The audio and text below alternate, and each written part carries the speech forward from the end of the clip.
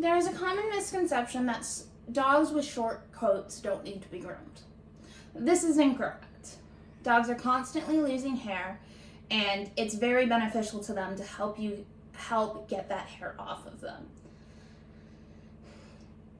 According to the American Veterinary Medical Association's journal, in 2024, 45.5% of American households had dogs. And even if you are part of the percent that don't own a dog, but do own a cat or another furry animal with some kind of short coat, this can be transferred to them.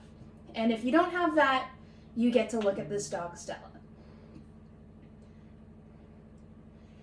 Now, before we get into the process, we need to know what tools we need first. Regardless of brand, it is very typical to use a type of de-shedding shampoo and conditioner and a de-shedding spray. I personally don't use these, but a lot of people do. And for the actual tools, you'll use a rubber curry comb that has like little rubber things, tips on them. And then you'll use some type of shedding blade or shedding brush. I have a shedding brush. Now going into the actual process of grooming an animal, in this case, in grooming a dog. Like I said, typically you would begin with the use of bathing the dog in some type of the de-shedding shampoo, conditioner, or the use of a de-shedding spray. And then after that, you would go in with the rubber curry comb. Here, you would just go through and you just lightly brush through the dog. This will help get some of the hair out and start loosening up some of the hair too.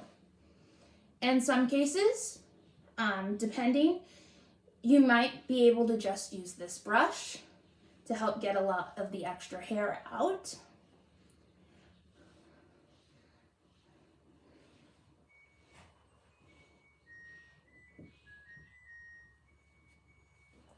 After that, you would go in with the de-shedding blade or the de-shedding brush.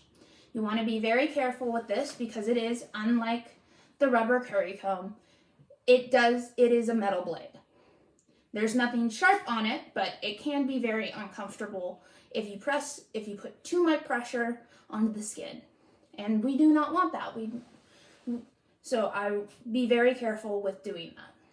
Also, with certain brands of de-shedding blades and combs, some do recommend that you do a limited time on how long you do it or how often you do it because it might damage the coat a bit. So depending on the brand, different things may apply to you. Here, you would just go through and gently brush through the coat like you would with any other brush.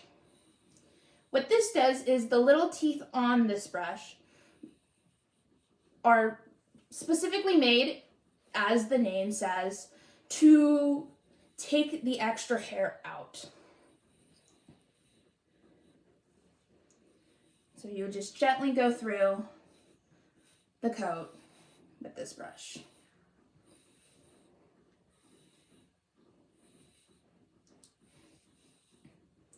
And it will take out extra hair. Now that we know the tools that we need and how to use those tools, now we can go into how often we should implement this. There is no direct answer for this question because a lot of it depends on your dog.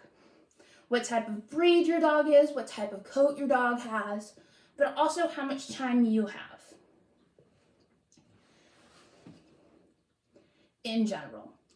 Typically, it is about once a week. I've never followed that, but it just kind of depends on how much time you have. Though, the more often you do it, it is possible that the use of de-shedding your dog and brushing out your dog does help with the severity of their shedding during the warmer months. So it's a lot of what you put in throughout the year will help you in that time.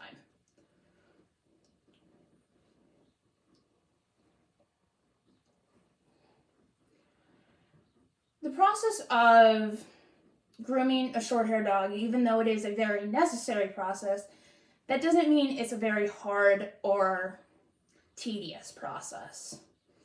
It is a thing that you can put in as much time as you and your animal need to help your dog and your furniture in your home and your clothes be less furred and have all that shed on them. This is a very fairly basic process that can be transferred into the use of short-haired cats and other short-haired or short-furred animals. Similarities, because of the similarities between them. Though I would caution possibly not using the bath for a cat, but if you're brave enough, you can do it.